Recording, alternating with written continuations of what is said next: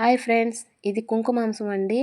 ముందుగా నేలని శుభ్రంగా కడుక్కొని నేలపైన కుంకుమాంసం వేసుకొని ఇలా రుద్దుకోవాలి. చేత్తో ఇట్లా రుద్దుకుంటే దీంట్లో ఉన్న తేగుడంతా బయటకు వచ్చేస్తుంది. నల్లగా చూసారు కదా, నల్లగా వస్తుంది. అది బాగా రుద్దుకొని మంచినీళ్ళతో 4-3 సార్లు కడుక్కోవాలి. ఉప్పుతో కూడా వేసుకొని కడుక్కోవాలి. ఇలా కడుక్కున్న తర్వాత వీటిని కొద్దిగా నీళ్ళు పోసి ఉప్పు పసుపు వేసి స్టవ్ పైన ఉడికించుకోవాలి. ఉడికించుకున్న తర్వాత స్టవ్ ఆన్ చేసి మట్టి పాత్ర పెట్టుకున్నాను. కొద్దిగా ఆయిల్ వేసుకొని పట్టా లవంగా వేసుకొని ఉడికించిన కుంకుమాంసం వేసుకొని వేయించుకోవాలి. ఇలా వేయించుకున్న తర్వాత ముందుగా ఉప్పులో పసుపులో ఉడికించుకున్నాం కాబట్టి తక్కువ టైంలోనే అయిపోతుంది ఫ్రై కూడా. పచ్చిమిరపకాయలు ఉల్లిపాయలు వేసుకొని వేగిన తర్వాత అల్లం వెల్లుల్లి పేస్ట్ వేసుకోవాలి. అల్లం వెల్లుల్లి పేస్ట్లో మిరియాలు కూడా వేసేసాను నేను.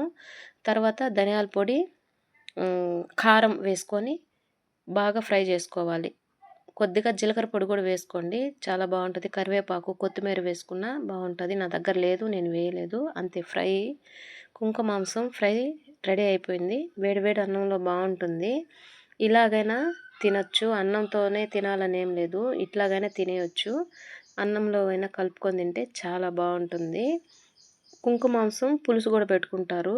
ఇది ఫ్రై కూడా ఎట్లా అయినా చేసుకోవచ్చు, చాలా బాగుంటుంది.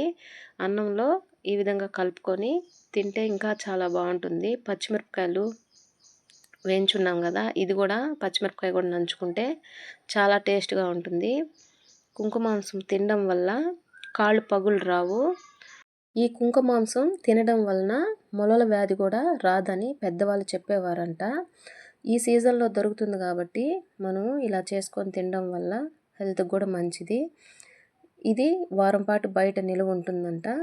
నా వీడియో నచ్చినట్లయితే లైక్ చేయండి, షేర్ చేయండి, సబ్స్క్రైబ్ చేయండి.